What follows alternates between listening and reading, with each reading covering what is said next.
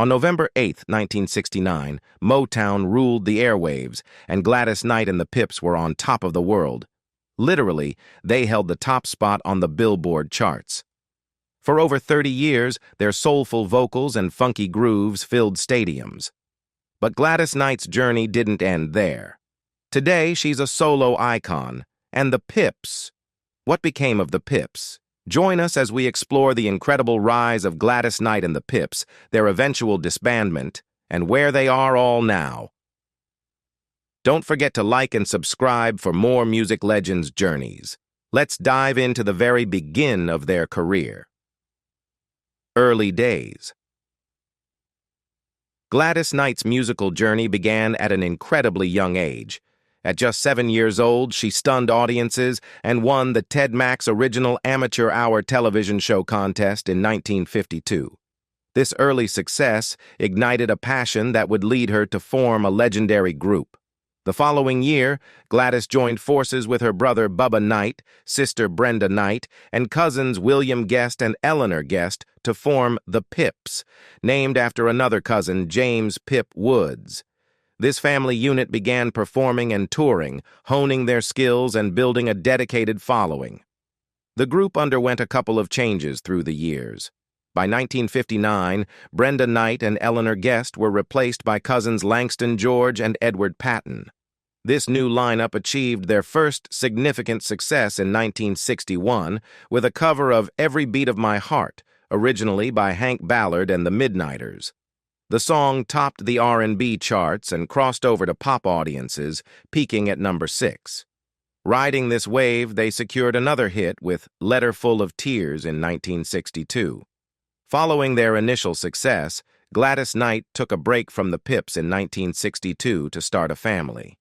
The remaining members kept the group going through independent touring for 2 years.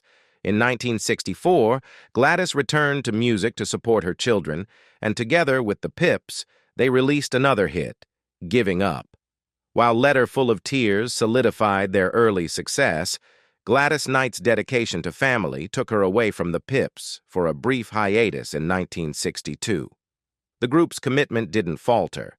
The remaining members continued touring independently for 2 years. In 1964, Gladys returned, a mother of 2, and together they delivered another hit, Giving Up. Even without consistent chart domination, Gladys Knight and the PIPS carved a niche for themselves. Their electrifying live performances, complete with choreographer Charlie Atkins' signature fast-stepping routines, captivated audiences. These dynamic stage shows solidified their reputation as polished performers who could deliver an unforgettable experience. The true turning point arrived in 1966 when Gladys Knight and the PIPS signed with Mtown Records. Their first Mtown hit, Everybody Needs Love, broke them into the coveted top 40, but it was their rendition of I Heard It Through the Grapevine that catapulted them to superstardom. The song soared to number 2 on the Billboard Hot 100 and dominated the R&B charts for a staggering 6 weeks. Selling an impressive 2.5 million copies, it became Motown's best-selling single at the time. Interestingly, Marvin Gaye would later cover Grapevine in 1968, achieving even greater success with a number 1 spot on the pop charts for 7 weeks. The signing with Motown proved to be a golden move for Gladys Knight and the PIPS. Their hit machine kicked into high gear, churning out classics like The Nitty Gritty and Friendship Train. They continued to dominate the R&B charts with If I Were Your Woman in 1969, followed by I Don't Want to Do Wrong. But the crown jewel of their Motown era was undoubtedly Neither One of Us Wants to Be the First to Say Goodbye in 1972. This poignant ballad became a number 1 R&B hit and reached number 2 on the pop charts. This powerhouse performance earned them a well-deserved Grammy Award in 1973 for Best Pop Vocal Performance by a Duo, Group, or Chorus. Despite their success, Gladys Knight harbored frustrations with Motown. In her autobiography, she claimed they were treated as second string compared to superstars like Diana Ross and the Supremes and Marvin Gaye. They allegedly received leftover songs, further fueling her dissatisfaction. Knight also alleged that Diana Ross had them removed as an opening act due to their talent being a perceived threat. In 1973, Gladys Knight and the PIPS decided to take control of their destiny and left Mtown for Buddah Records. Their journey with Mtown had been a resounding success, solidifying their place in music history and paving the way for a new chapter in their illustrious career. Buddah Records. The move to Buddah Records in 1973 marked a turning point for Gladys Knight and the PIPS. This era wasn't just about commercial success. It was a period of immense critical acclaim that cemented their place as musical giants. Buddah proved to be the perfect platform for their talent. Songs like "I've Got to Use My Imagination" and "Best Thing That Ever Happened to Me" dominated the R&B charts, solidifying their position at the top. But their crowning achievement with Buddah was undoubtedly "Midnight Train to Georgia." This iconic song transcended genres, becoming their only #1 pop hit.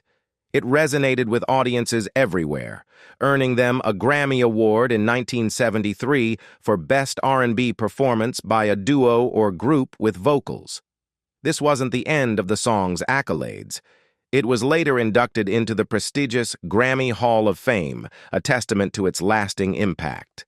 Interestingly, many of their mid-1970s hits stemmed from a fruitful collaboration with country songwriter Jim Weatherly. His songwriting prowess was a perfect match for their soulful vocals, resulting in a string of 5 chart-topping songs between 1973 and 1974, including "Neither One of Us" and "Where Peaceful Waters Flow."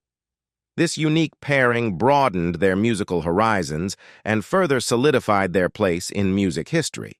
The Buddah era for Gladys Knight and the PIPS wasn't just about chart-topping singles. It was a period of sustained commercial success and artistic exploration. Their debut album on Buddah, "Imagination," went gold, kicking off a streak of gold-certified LPs like "Claudine," "I Feel a Song," and "Second Anniversary." These albums showcased their versatility and ability to deliver consistent quality.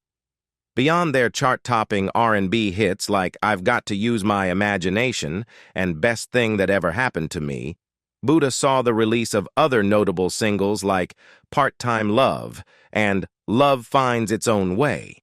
They even ventured into covers with their rendition of "The Way We Were, Try to Remember," demonstrating their ability to breathe new life into classic songs. In 1974, their success transcended the recording studio. Teaming up with legendary producer Curtis Mayfield, they recorded the soundtrack for the film Claudine. The theme song, "On and On," became a #5 hit, further solidifying their mainstream appeal. Their popularity soared even higher with their own hour-long variety show, The Gladys Knight and the PIPS Show, which aired for 4 episodes on NBC in 1975. The Buddah years were a golden age for Gladys Knight and the PIPS. They not only achieved unparalleled commercial success, but also showcased their artistry through a diverse range of musical offerings. Their ability to consistently deliver gold-selling albums and chart-topping hits cemented their status as musical superstars. Later years. A legal hurdle emerged between 1978 and 1980, leading them to record separately from Buddah.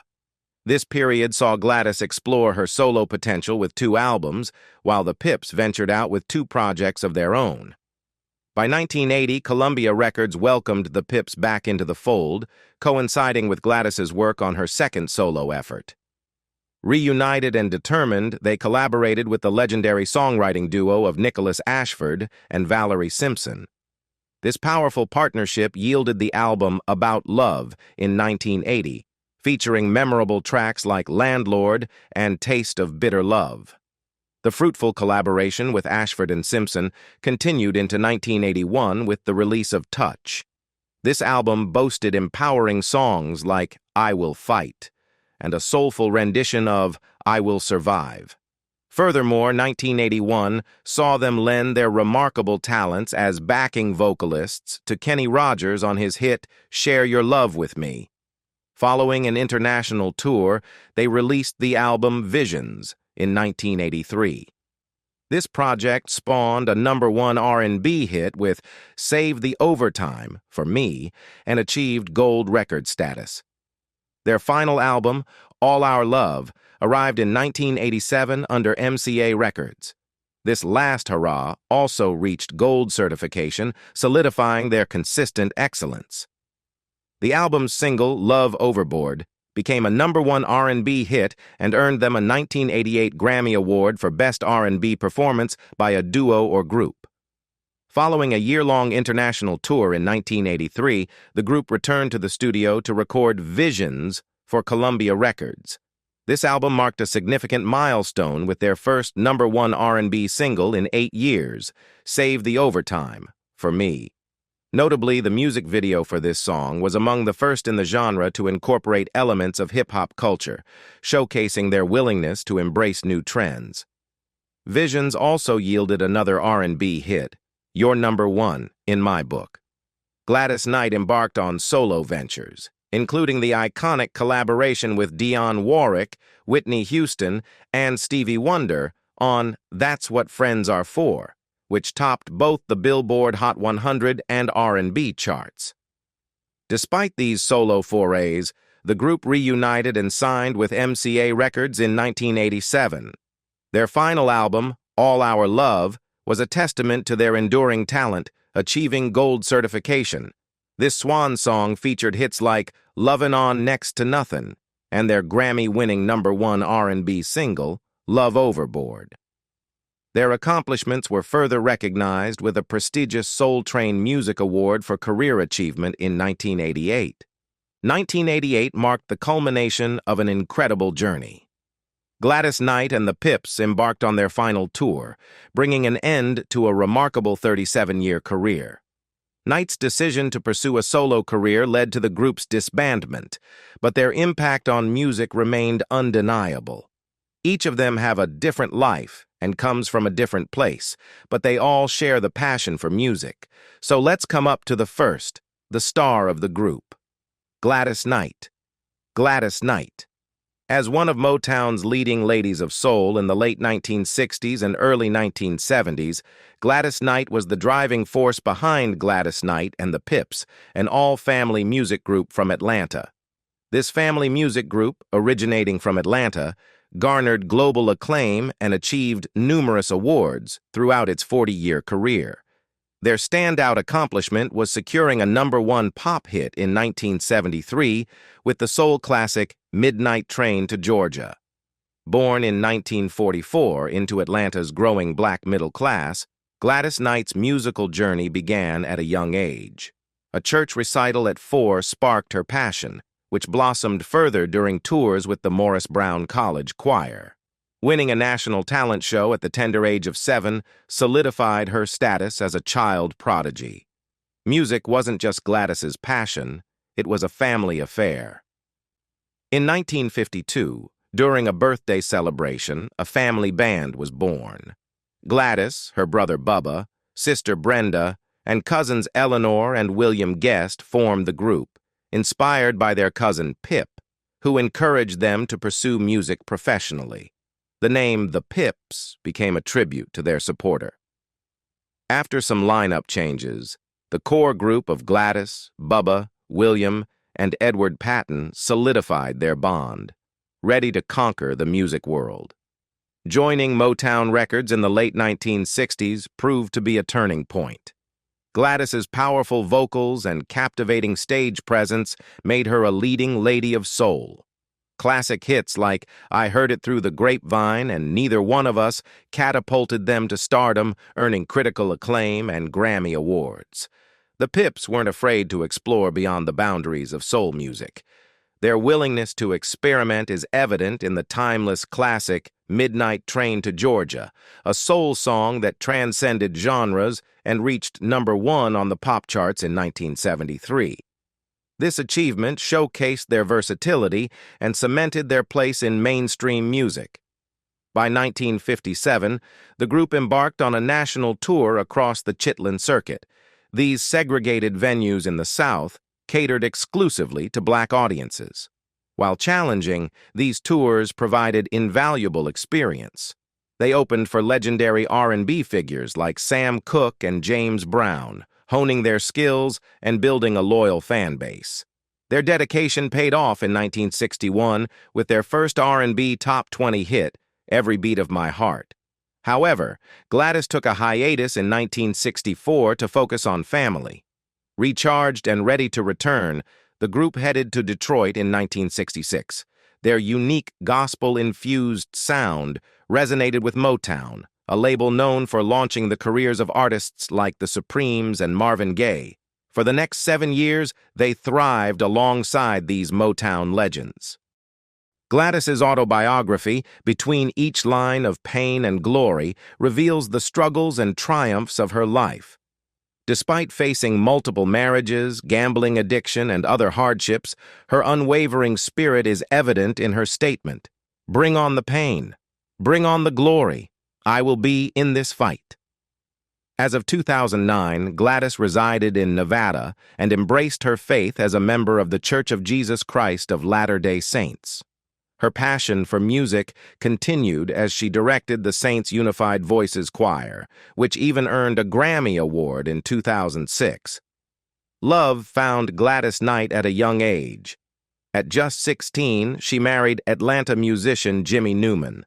Music was their common language, but their young love faced a formidable foe, drug addiction. Newman's struggle cast a dark shadow over their marriage, ultimately leading him to abandon the family. The heartbreak was compounded by his passing a few years later. Despite the tragic end to their union, they had 2 children together, James and Kenya, who became a source of constant love and unwavering support for Gladys throughout her life. Seeking solace and companionship, Gladys remarried. However, her subsequent relationships proved to be challenging. Her second marriage to Barry Hankerson ended after 5 years in 1979, marked by a bitter custody battle over their son, Shanga. Determined to find lasting happiness, she married motivational speaker Les Brown in 1995. Yet this union, too, dissolved in 1997. Though Gladys navigated the complexities of love and loss multiple times, she never allowed setbacks to define her. She emerged from each experience stronger and more determined. Beyond marital challenges, Gladys faced a personal battle with gambling addiction that spanned over a decade. The grip of this addiction tightened in the late 1980s, culminating in a devastating loss at the baccarat table. This low point became a turning point. With unwavering courage, Gladys refused to be a prisoner to her addiction. She sought help from Gamblers Anonymous, finding the support and guidance she needed to overcome this struggle.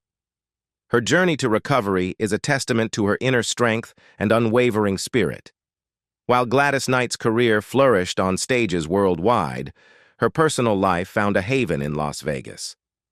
Since 1978, the city has been her home, allowing her to be close to her mother, Elizabeth, and 2 of her children with their families. Even now, she continues to grace audiences in Las Vegas and beyond with her captivating performances. In 1997, she offered a glimpse into her life's journey with her memoir, Between Each Line of Pain and Glory. This book served as a companion piece to the incredible recognition she received that year. Induction into the Rock and Roll Hall of Fame alongside the PIPS.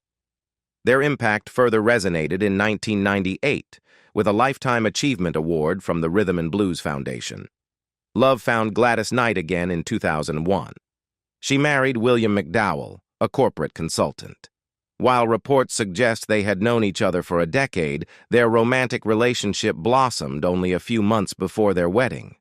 The second member is Merrill Bubba Knight. Merrill Bubba Knight Jr. Merrill Bubba Knight Jr., the rhythm and blues singer who anchored Gladis Knight and the PIPS, wasn't just a talented performer. He was the heart and soul of a family united by music. Here's a deeper look at the man who played a pivotal role in their historic journey. Born in Atlanta in 1942, Bubba was surrounded by music from a young age. His parents, both vocalists in the Wings Over Jordan Gospel Choir, instilled in him a deep appreciation for musical harmony and storytelling. This influence became evident at the tender age of 10 in 1952, when Bubba, along with his siblings Gladys and Brenda and cousins William and Eleanor, formed the foundation of a legendary group, the PIPS. Bubba's early exposure to gospel music undoubtedly shaped the soulful sound that would become their signature. After graduating from Atlanta's Samuel Archer High School in 1960, Bubba's life became one dedicated to music. The PIPS, with the addition of Edward Patton and Langston George, embarked on a crucial phase in their career. Throughout the late 1950s, they honed their skills and stage presence, opening for established stars like Jackie Wilson and Sam Cooke. These invaluable experiences allowed them to witness greatness firsthand and learn from the best in the business. Bubba, known for his smooth vocals and stage charisma, emerged as a crucial component of their captivating performances. Bubba's unwavering dedication to Gladis Knight and the PIPS paid off in a multitude of prestigious honors. The group's collective achievements stand as a testament to their enduring legacy. They received 4 Grammy Awards and 7 American Music Awards, solidifying their position as chart-topping stars.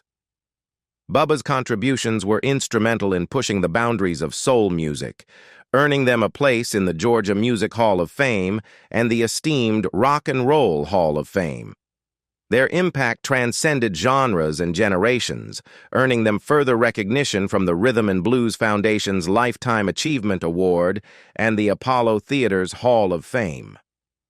Beyond his vocal talent, Bubba Knight played a crucial role in managing the business side of Gladis Knight and the PIPS. His leadership and foresight ensured their financial stability and allowed them to focus on their artistic endeavors. He was the glue that held the family group together, navigating the complexities of the music industry while fostering a strong sense of unity amongst the members. Today, at 81 years old, Bubba Knight's legacy extends far beyond the stage. He stands as a symbol of unwavering dedication, artistic excellence, and the power of family. His contributions ensured that Gladis Knight and the PIPS didn't just leave a mark on soul music, they carved a permanent path that continues to inspire generations of musicians and music lovers worldwide. Bubba Knight's story is an ode to the unwavering support system that can blossom within a family, proving that music can not only be a passion, but also a powerful bond. William Guest. The music world lost a legend on Thursday with the passing of William Guest, a longtime member of Gladis Knight and the PIPS. Guest, a Rock and Roll Hall of Fame inductee, died in Detroit at the age of 74 after a battle with congestive heart failure. Guest's musical journey began in Atlanta, Georgia, in 1953. Along with Gladis Knight, her brother Merrill Bubba Knight, and their cousin Edward Patton, they formed a group fueled by family and a shared passion for music. Pip was their nickname for another cousin, which ultimately became the inspiration for their group name, Gladis Knight and the PIPS. For over 3 decades, Guest's distinctive background vocals added depth and richness to the group's sound. He was a constant presence on their string of hit singles, spanning from 1961 to 1989. These iconic Mtown tracks included the timeless classics I Heard It Through the Grapevine, the Grammy-winning Neither One of Us Wants to Be the First to Say Goodbye, and their most enduring masterpiece, the chart-topping Midnight Train to Georgia, a song immortalized on Rolling Stone's list of the 500 greatest songs of all time. The group's 1987 single, Love Overboard, wasn't just another hit. It earned them a Grammy Award for Best R&B Performance, solidifying their place among music royalty. This wasn't their only recognition. 7 years after disbanding in 1989, Gladis Knight and the PIPS received the ultimate recognition by being inducted into the Rock and Roll Hall of Fame. Their timeless classic, Midnight Train to Georgia, was further enshrined in the Grammy Hall of Fame, a testament to its enduring legacy. The group's influence transcended genres, earning them the Rhythm and Blues Foundation's Lifetime Achievement Award. These accolades stand as a lasting tribute to Guest's artistry and the collective brilliance of Gladis Knight and the PIPS. William Guest's life wasn't just defined by his musical achievements. In recent years, he reconnected with his musical brother, Bubba Knight, for a 2007 Geico commercial, showcasing their enduring bond and playful spirit. This reunion wasn't his only foray beyond the music industry. He also penned his autobiography, Midnight Train from Georgia, A Pip's Journey, with his sister-in-law, Deanna Ziegler.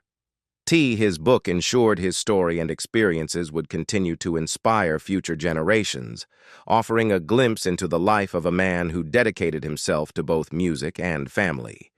Deanna's emotional statement, expressing her love for him and the joy of completing the book, speaks volumes about the impact he had on those closest to him.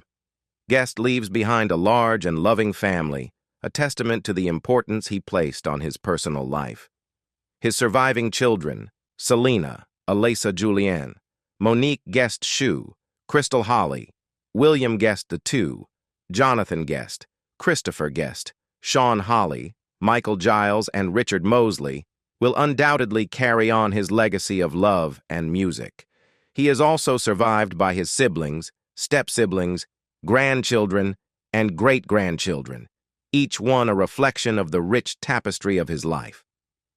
While the passing of Edward Patton in 2005 marked the loss of another PIPS member, William Guest's spirit will forever be a part of the group's soulful sound. Edward Patton. Gladis Knight and the PIPS suffered a significant loss with the passing of Edward Patton. Patton, who resided in Detroit since joining Mtown Records in 1964, passed away at the age of 65. Patton's contributions to the group extended far beyond his soulful vocals. He possessed an incredible vocal range, initially anchoring the bass harmonies before transitioning to soaring tenor lines that perfectly complemented Gladis Knight's powerful voice. However, his talents weren't limited to singing. Patton's meticulous nature made him the group's treasurer, ensuring financial stability and overseeing travel and accommodation arrangements. He was also a skilled choreographer, crafting intricate dance routines that became a signature element of their performances. William Guest, Patton's cousin and original member of the PIPS, expressed the profound respect they held for Patton. Patton's dedication to excellence earned him the affectionate nickname Daddy Patton, despite a minimal age difference. This title reflects the leadership role he assumed within the group, guiding them with a firm but caring hand. Edward's musical journey began in the early 1950s with the PIPS, a group formed in Atlanta alongside his cousin William Guest and others. His vocal talents were undeniable, initially providing depth with his bass lines and later soaring with his tenor harmonies. However, the PIPS journey wasn't without its challenges. A promoter's unauthorized release of their song, Every Beat of My Heart, forced a name change, leading to the birth of Gladis Knight and the PIPS. This incident highlights Edward's adaptability and determination, qualities that served him well throughout his career. Edward Patton's impact on Gladis Knight and the PIPS extended far beyond his musical contributions. He was a skilled organizer, ensuring financial stability and smooth operation of the group. His leadership earned him the affectionate nickname Daddy Patton, a testament to the respect and admiration he commanded. Edward Patton's passing left behind a grieving family. He is survived by his wife Renee, their 3 daughters Stephanie, Sonia, and Renee Ishanta, sons Stephen, Elliot, Edward Patton II, and Darren Skinner, and 7 grandchildren. Thank you for watching. Remember to subscribe and click the notification bell so you stay updated on our future videos. See you in the next one.